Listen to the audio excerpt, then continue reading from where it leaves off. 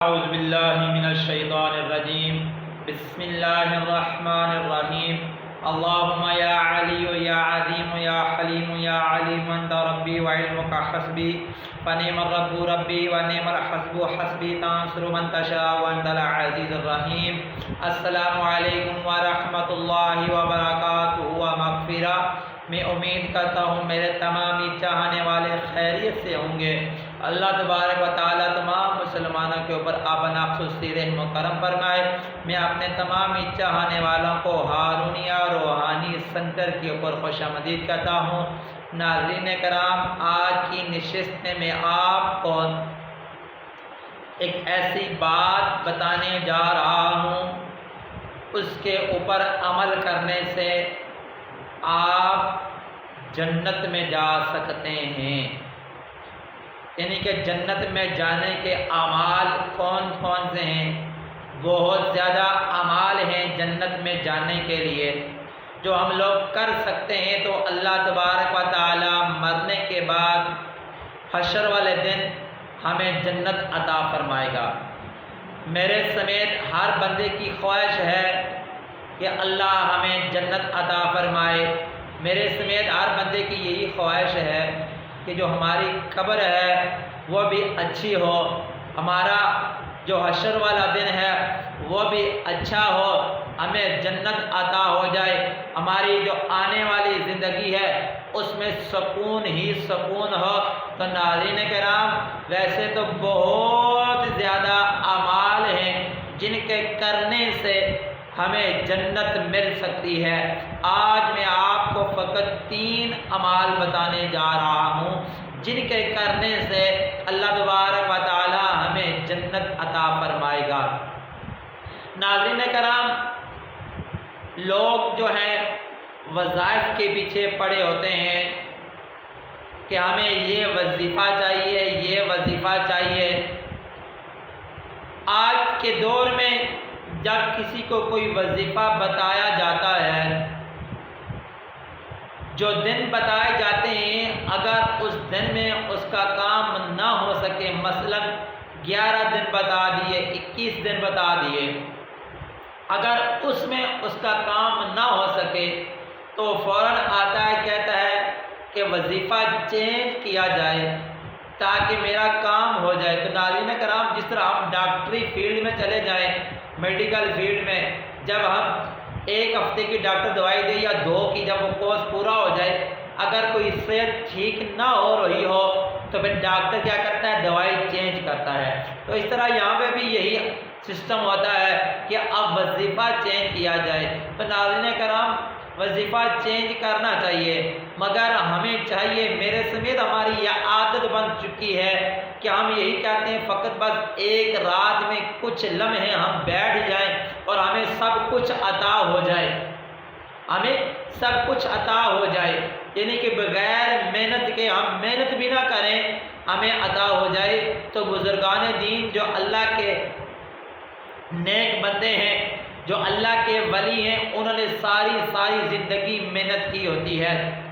راتوں کو وہ اٹھ کر اللہ تبارک و تعالیٰ کی بارگاہ میں روتے ہیں، اللہ کا ذکر کرتے ہیں، نبی علیہ الصلوۃ والسلام کے اوپر درود شریف پڑھتے ہیں، ذکر اذکار کرتے ہیں، نوافل ادا کرتے ہیں، رو رو کر اپنے رب کو مناتے ہیں۔ مگر آج ہم یہی چاہتے ہیں بس فقط ایک رات میں ہم بیٹھ جائیں، 1 گھنٹہ 2 گھنٹے بس بیٹھ جائیں، بس ہم نے پڑھا تو سب کچھ ہمیں مل جائے، ایک ہی رات میں مل جائے۔ تو ناظرین کرام، ہمیں ایک رات میں کچھ نہیں ملتا۔ اگر خالق کائنات وہ وحدہ لا شریک لہ ہے، وَلِلَّهِ الْوَاحِدُ الْقَہَّارُ ہے، اگر اللہ ہم سے راضی ہو جائے، وہ ایک لمحے میں ہمیں عطا فرماتا کر سکتا ہے، 1 سیکنڈ میں، 1 گھنٹے میں ہمیں عطا کر سکتا ہے۔ مگر اللہ تبارک و تعالیٰ اپنے بندے کی محنت کو دیکھ رہا ہوتا ہے۔ تو ناظرین کرام، اگر برتن گندا ہو تو ہم اس میں کبھی بھی کوئی چیز نہیں ڈالتے، ہم پہلے برتن کو دھوتے ہیں، اس کو صحیح صاف کرتے ہیں تاکہ وہ بالکل صاف ہو جائے۔ آئینے کی طرح صاف ہو جائے تب جا کر ہم اس برتن کو استعمال کرتے ہیں۔ اگر برتن جو ہے نہ صاف ہو رہا ہو تو ہم اس برتن کو پھینک دیتے ہیں، اس برتن کو استعمال نہیں کرتے۔ ناظرین کرام، یہ باتیں میری سادہ سی باتیں ہیں۔ کوشش ہوتی ہے کہ جو بات کی جائے آسان الفاظ میں کی جائے، آسان مثال دی جائے، تاکہ میرے تمام چاہنے والوں کو میری بات آسانی کے ساتھ سمجھ آ جائے۔ تو ہم کبھی بھی اس برتن میں کوئی چیز نہیں ڈالیں گے جب تک صاف نہیں ہوتا۔ اگر صاف نہ ہو تو ہم برتن نیا لے لیتے ہیں، اس کو استعمال نہیں کرتے۔ تو آج جو ہمارا اندر کا برتن ہے وہ گناہ آلود ہے، گناہوں سے بھرا ہوا ہے۔ جب تک ہمارا اندر کا برتن صاف نہیں ہوگا اس وقت تک رب کا نور ہمارے اندر داخل نہیں ہوگا۔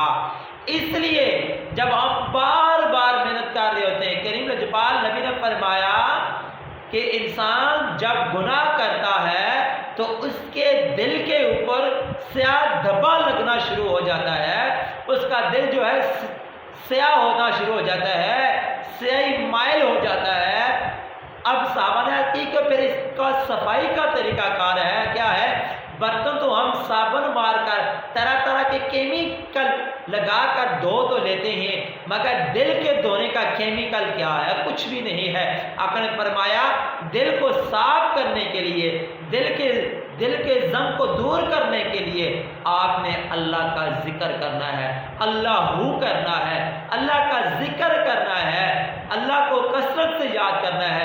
جب جو اللہ کو یاد کرو گے تو آپ کے دل سے جو گناہ کی سیاہی جم چکی ہے وہ صاف ہونا شروع ہو جائے گی۔ کرتے کرتے جب صاف ہوگی تو اللہ کا نور اس کے سینے میں آ جائے گا، ہمارے دل میں آ جائے گا، تو پھر اللہ ہمیں وہ عطا فرما دے گا جو ہم چاہتے ہیں۔ تو لہذا ہمیں چاہیے کہ پہلے ہم اپنے آپ کو تیار کریں، اپنے آپ کو اس قابل بنائیں کہ آیا رب کا نور ہمارے اندر داخل ہو سکتا یا نہیں ہو سکتا۔ اس لیے ہمیں اپنے برتن کی صفائی کی ضرورت ہے۔ تو ناظرین کرام، ایک شخص بارگاہ مصطفیٰ میں آتا ہے، عرض کرتا ہے کہ یا رسول اللہ، آقا جی مجھے کوئی وظیفہ تعلیم کیجئے، مجھے کوئی عمل بتائیے کہ تاکہ جس کے کرنے سے اللہ تبارک و تعالی مجھے جنت عطا فرما دے۔ ناظرین کرام، 3 اعمال پیش کر رہا ہوں، آپ نے غور سے سننے ہیں اور بڑے ہی آسان اعمال ہیں۔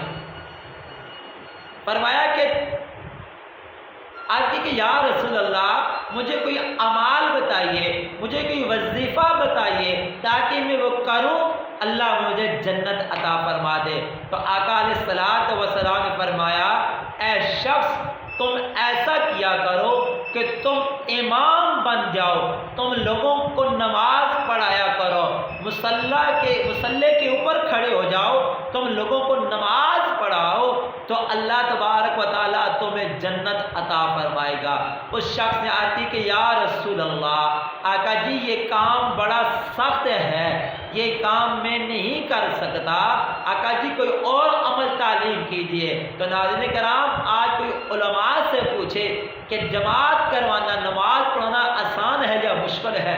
لوگ تو باتیں کرتے ہیں علماء کے اوپر، قاری صاحب نماز لیٹ کیوں پڑھائی، قاری صاحب آج یہ کیا ہوا، یہ بڑی باتیں ہوتی ہیں، مگر وہ اس شخص نے عرض کی کہ یا رسول اللہ یہ بڑا مشکل کام ہے، میں نماز نہیں پڑھا سکتا، کوئی اور عمل تعلیم کیجئے۔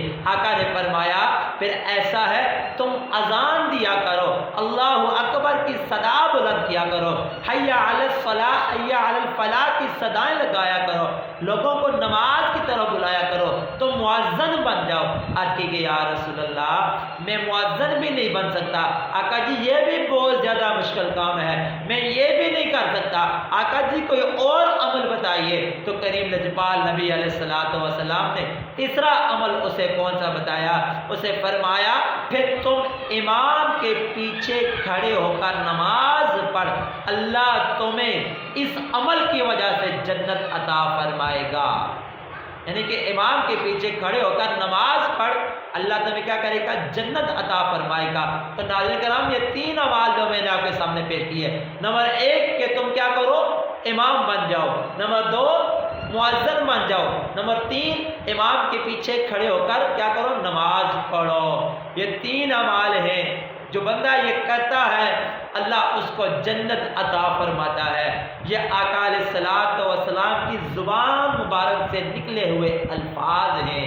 جو بندہ ان اعمال کے اوپر عمل کرے گا، جو بندہ ان باتوں کے اوپر عمل کرے گا، تو اللہ اس کی دنیا کو بھی سنوار دے گا، اللہ اس کی آخرت کو بھی سنوار دے گا۔ تو ناظرین کرام دعا کیا کریں کہ اللہ ہم سب کو نماز پنجگانہ باجماعت ادا کرنے کی توفیق عطا فرمائے، ہم سب کو قرآن پڑھنے، سمجھنے اور عمل کرنے کی توفیق عطا فرمائے۔ ناظرین کرام نفرتوں کو ختم کرتے جائیں، محبتوں کو بانٹتے جائیں، ایک دوسرے کو جوڑتے جائیں، تاکہ جب جوڑیں گے تو ہمیں فائدہ ہی فائدہ ہوگا۔